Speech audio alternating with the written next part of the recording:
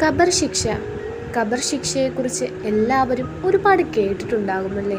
അതിൻ്റെ കാഠിന്യത നമുക്ക് വാക്കുകളിലൂടെ പറഞ്ഞു തീർക്കുവാൻ പോലും സാധിക്കില്ല. വലിയ പണ്ഡിതനും മതഭക്തനുമായ ഷെയ്ഖ് ഇസ്മായിൽ അൽറാമിൽ ഒരിക്കൽ യമാനിലെ ഒരു ഖബർസ്ഥാനിലേക്ക് പോയി. അവിടെ എത്തിയതും വാവിട്ട് കരയാൻ തുടങ്ങി. വളരെ ദുഃഖിതനായിരുന്നു അദ്ദേഹം. കുറച്ചുനേരം കഴിഞ്ഞപ്പോൾ പൊട്ടിച്ചിരിക്കുവാൻ തുടങ്ങി. സന്തോഷത്തിൻ്റെ അടയാളങ്ങൾ അദ്ദേഹത്തിൻ്റെ മുഖത്ത് പ്രത്യക്ഷമാവുകയും ചെയ്തു.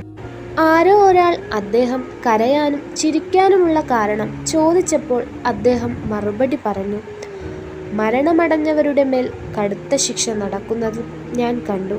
അതുകണ്ടാണ് ഞാൻ കരയാൻ തുടങ്ങിയത്.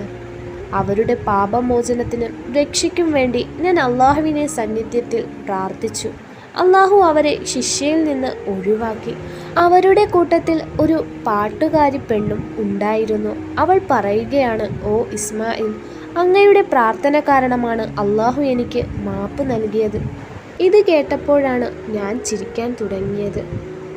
ഖബർ ശിക്ഷയുടെ കാഠിന്യം നമ്മൾ പ്രതീക്ഷിക്കുന്നതിനും അപ്പുറമാണ്. അത് നമ്മുടെ മേൽ ഇറക്കപ്പെട്ടാൽ അത് നമ്മളെക്കൊണ്ട് താങ്ങുവാൻ പോലും സാധിക്കുകയില്ല. നമ്മൾ എത്ര തന്നെ പശ്ചാത്തപിച്ച് മടങ്ങി വരാൻ ആഗ്രഹിച്ചാലും അതൊന്നും നടക്കുകയുമില്ല. നമ്മളിൽ നിന്ന് മരണപ്പെട്ടു പോയവരുടെ ഖബറിടങ്ങളെ അല്ലാഹു തആല വിശാലമാക്കി കൊടുക്കട്ടെ.